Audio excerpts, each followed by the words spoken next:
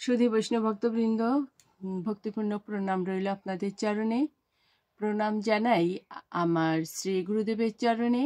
প্রণাম জানাই অনন্ত কোটি বিশ্ব ব্রহ্মাণ্ডের নায়ক শ্রী ব্রজেন্দ্র নন্দনের চরণে। সুধী বৈষ্ণব ভক্তবৃন্দ, ধারাবাহিক অনুযায়ী আজ আমরা শ্রীমদ্ ভগবদ গীতার তৃতীয় অধ্যায় কর্মযোগ থেকে 40 নং শ্লোকটি শ্রবণ করব।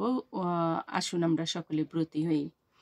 অজ্ঞানতিমিরান্ধস্য জ্ঞানাঞ্জনশলাকয়া চক্ষুরুন্মীলিतं যেন তস্मै শ্রীগুরুবে নমঃ।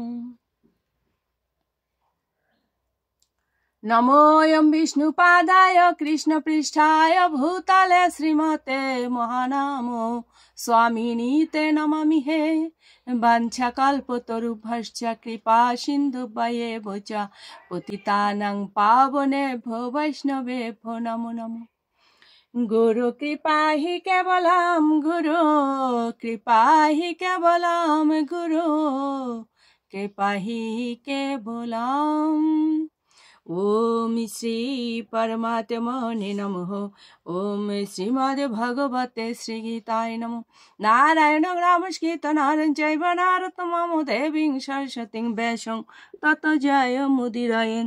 মূকং করোতি বাচালং পঙ্গুং লঙ্ঘয়েতে গিরিম ইয়ৎকৃপা তমহং বন্দে পরমানন্দ মাধবম। ওম নমো ভগবতে বাসুদেবায়। নমো ভগবতে বাসুদেবায়। নমো ভগবতে বাসুদেবায়। শ্রীমদ্ ভগবতে শ্রীগীতায় নমঃ। শ্রীগীতায় নমঃ। শ্রীগীতায় নমঃ। শ্রীমদ্ ভগবদ গীতা তৃতীয় অধ্যায় কর্মযোগ, শ্লোক সংখ্যা 40। ইন্দ্রিয়াণি মনঃ বুদ্ধিঃ অস্য অধিষ্ঠানম উচ্যতে এতৈঃ বিমোহতি যশঃ জ্ঞানম আবৃত দেহিনম। অনুবাদ: ইন্দ্রিয় সমূহ মন বুদ্ধি এই কামের আশ্রয়স্থল। এই ইন্দ্রিয় আদির দ্বারা কাম জীবের প্রকৃত জ্ঞানকে আচ্ছন্ন করে তাকে বিভ্রান্ত করে। তাৎপর্য: বদ্ধ জীবাত্মা দেহের ভিন্ন ভিন্ন গুরুত্বপূর্ণ অংশতে শত্রু অধিকার করে বসেছে। তাই ভগবান শ্রীকৃষ্ণ সেই সমস্ত অংশের কথা ইঙ্গিতে আমাদের বুঝিয়ে দিচ্ছেন, যাতে আমরা সেই শত্রুকে পরাভূত করতে পারি। ইন্দ্রিয় আদির সমস্ত কার্যকলাপের কেন্দ্র হচ্ছে মন।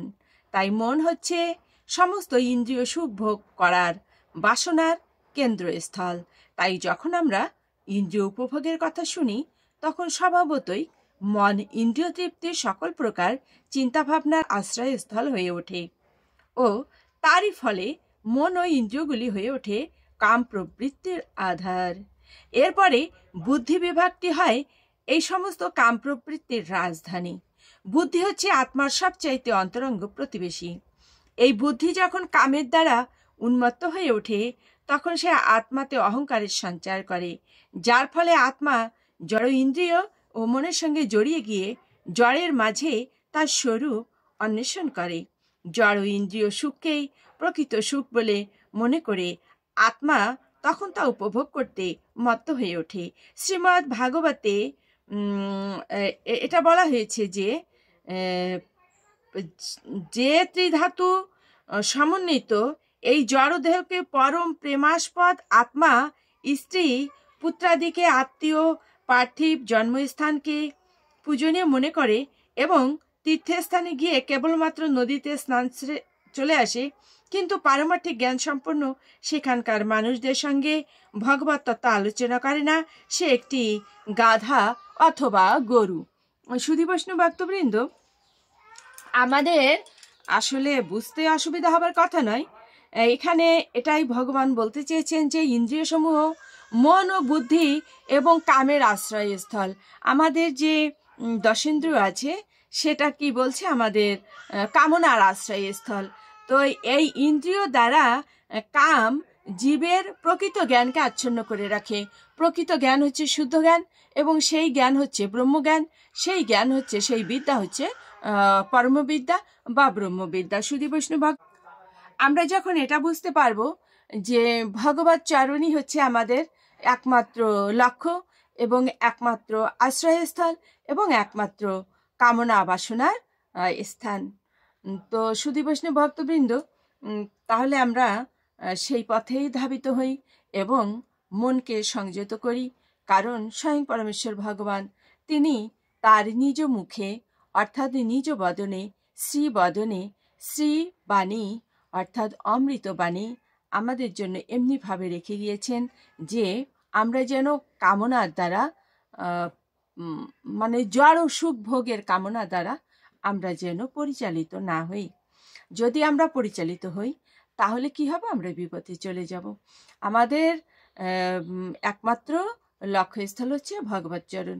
যদি আমরা ভগবানের নাম গুণগান স্মরণ করি, জপ তপ অনুশীলন ইত্যাদি করি, তাহলে আমাদের ইন্দ্রিয় এমনিতেই স্থির হয়ে যাবে এবং আমাদের সেই কামনাটা হবে ভগবান চরণ কামনা, সেই বাসনাটা হবে ভগবানকে পাওয়া, সেই বাসনা হবে ভগবত আশ্রয়ের জন্য চেষ্টা করা, ভক্ত সঙ্গ করা, গীতা ভাগবত গ্রন্থ আশ্রয় করা। সুধী বৈষ্ণব ভক্তবৃন্দ, এ পর্যন্তই। আসুন আমরা মাহাত্ম্য বলে বিশ্রামে চলে যাব। ওম শ্রী পরমাত্মনে নমঃ।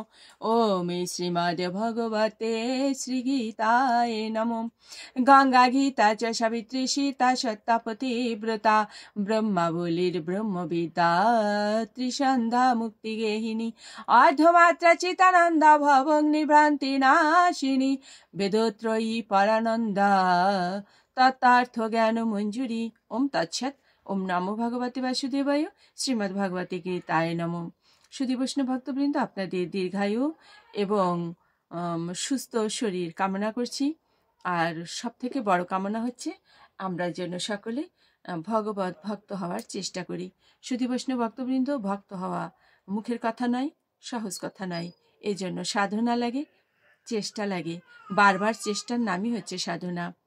তো সকলেই সুখে শান্তিতে থাকবেন এই প্রার্থনা। ওম শান্তি, ওম শান্তি, ওম শান্তি শান্তি শান্তি। প্রভু জগতের সকলকেই সুখে রাখুন এবং শান্তিতে রাখুন। ওম তৎসৎ। ওম নমো ভগবতে বাসুদেবায়। শ্রীমদ্ ভগবতে শ্রী গীতা।